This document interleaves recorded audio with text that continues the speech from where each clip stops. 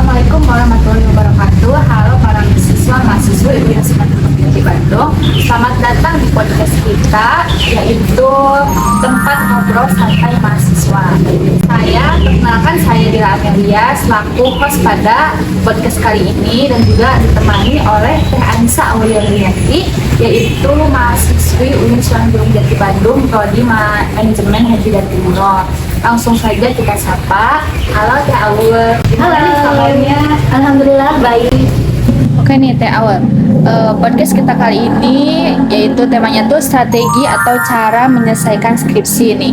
Pastinya ini tuh podcast yang bakal ditunggu-tunggu oleh mahasiswa-mahasiswi tentunya, khususnya yaitu mahasiswa-mahasiswi semester akhir. Nah, menurut Teh Aul nih, gimana strategi atau cara menyelesaikan skripsi? Oke, bismillahirrahmanirrahim.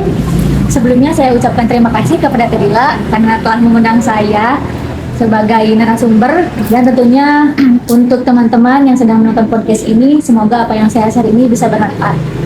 Oke Teh Dila, terkait cara atau strategi dalam menyelesaikan skripsi ini, pasti setiap mahasiswa-mahasiswi itu punya cara yang berbeda-beda nggak sih? Tapi di sini saya akan sharing sedikit mengenai poin-poin apa saja yang bisa menjadi strategi yang dilakukan oleh mahasiswa-mahasiswi dalam menyelesaikan skripsi. Nah, untuk yang pertama ini itu pilih judul. Dalam pemilihan judul ini kita harus benar-benar pilih judul yang sesuai dengan yang kita minati dan juga yang kita kuasai. Misal saya mahasiswi manajemen haji dan umroh, tentang inovasi digital dalam manajemen di embarkasi haji, karena saya itu tertarik dengan teknologi, jadi saya ingin mengkaji lebih dalam soal ini tuh. Oke, berarti yang pertama itu harus menentukan judul ya, dan hal yang paling penting itu judul yang kita pilih itu harus yang kita minati atau yang kita kuasai. Nah, setelah menentukan judul nih, kira-kira poin selanjutnya apa Teh? Nah, kalau poin yang kedua itu komunikasi. Setelah kita pilih judul yang sesuai yang kita minati itu ya, kita komunikasiin dulu nih ke dosen pembimbing pastinya. Nah, biasanya di situ kita diarahkan, diberikan ide lah gitu atau masukan ya oleh dosen pembimbing gitu. Nah, atau juga kita bisa nanya-nanya ke kakak tingkat biar menambah wawasan kita gitu ya mengenai apa yang kita pelajari itu. Oke, komunikasi itu sangat penting ya untuk menambah wawasan kita atau pengetahuan kita mengenai apa yang belum kita terpikirkan gitu kan, dan juga pastinya ya itu ya seperti yang Teteh tadi jelaskan tadi. Oke, selanjutnya itu poin apa lagi Teh? Nah, kalau selanjutnya itu adalah hal kecil tapi berdampaknya besar. Apa itu Teh? Nah, yang ketiga ini adalah membuat timeline yang sesuai. Nah, poin yang ketiga ini membuat timeline yang sesuai. Jadi kita itu ada perencanaan gitu ke depannya itu seperti apa. Nah, ada tips nih buat teman-teman bisa buat backward planning.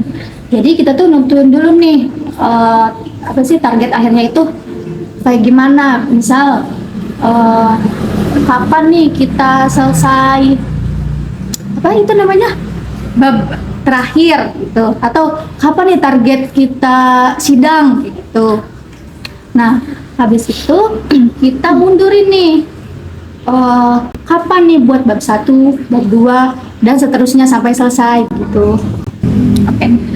Keren sih Teh, tapi biasanya kalau membuat perencanaan kayak gitu ada nggak sih aplikasi khusus atau sesuatu lainnya yang memang membuat kita tuh lebih efektif gitu pengerjaannya?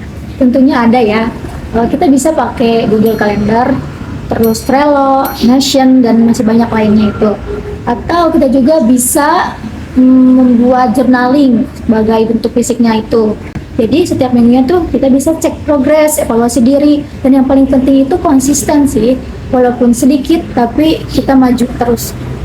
Oke, jadi penting ya Teh membuat planning atau rencana yang memang realistis dan fleksibel gitu. Walaupun sedikit tapi progresnya ada gitu, dan yang Teteh tadi sebutkan tadi kuncinya itu adalah konsisten. Sekarang kita bahas ke bagian yang lebih menantangnya nih Teh, yaitu menghadapi kendala ketika mengerjakan skripsi. Nah, bagaimana sih cara Teh Aul menghadapi tantangan ketika mengerjakan skripsi? Tantangan itu pasti ada, kayak rasa malas, terus stuck di ide atau revisi yang nggak selesai-selesai. Tapi di sini kita belajar harus tetap konsisten dan juga harus sabar, terus ikhtiar, ya. Nah, jadi ketika kita stuck nih, udah buntu, nah kita coba cari suasana baru, misalnya ngerjainnya itu di kafe atau di perpustakaan, nah gitu. Atau bisa juga kita sharing-sharing itu sama teman-teman kita. Nah, dan juga kita juga tidak perlu takut revisi ya, karena revisi itu anggap aja kayak itu tuh proses buat kita belajar gitu. Malah dengan adanya revisian itu tuh membuat kualitas skripsi kita tuh lebih baik loh.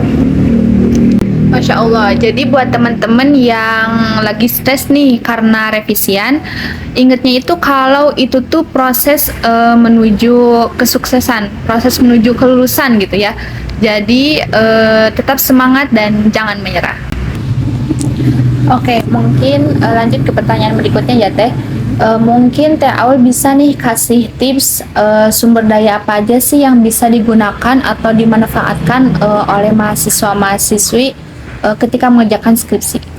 Itu ada banyak sekali ya sumber daya yang bisa digunakan, mulai dari perpustakaan, terus dari kampus juga kan menyediain akses dari berbagai jurnal dan buku referensi. Nah, dari platform online juga banyak, mulai dari Google Scholar, ResearchGate gitu. Nah, selain itu kita juga perlu bimbingan ke dosen. Nah, dengan bimbingan rutin ini tuh membuat kita tuh jadi penelitian kita tuh sesuai di jalurnya itu gitu.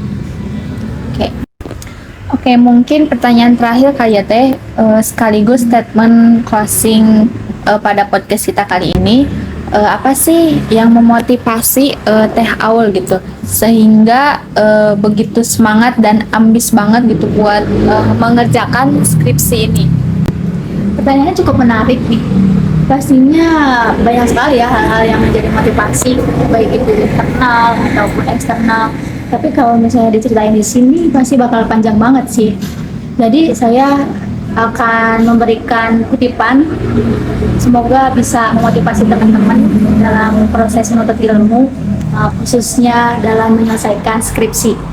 Kutipan ini dari tokoh ulama di Indonesia, yaitu Buya Hamka. Beliau menyatakan pengkerdilan terkejam dalam hidup adalah membiarkan pikiran yang cemerlang menjadi budak bagi tubuh yang malas, yaitu mendahulukan istirahat sebelum lelah. Wah, itu tertampar sekali ya Teh, yang mendahulukan istirahat sebelum lelah. Bener banget ya Teh, aku juga sempat berpikir kayak Allah itu udah ngasih kita potensi akal dan juga waktu di dunia ini tuh 24 jam. Tapi kadang kita menggunakan waktu itu nggak dengan baik gitu ya. Dan kadang juga kita menggunakan waktu itu dengan hal-hal yang nggak bermanfaat. Jadi ayo kita bangkit lagi untuk ikhtiar itu, mengusahakan kesempatan dalam menuntut ilmu itu dengan sebaik-baiknya, karena Allah itu udah menjanjikan bagi setiap muslim yang berilmu itu akan diangkat derajatnya. Mungkin itu aja sih Teh closing statement dari aku. Semoga apa yang aku sampaikan itu bisa bermanfaat bagi teman-teman semua. Semangat pejuang skripsi. Masya Allah, sangat-sangat menginspirasi banget ya Teh.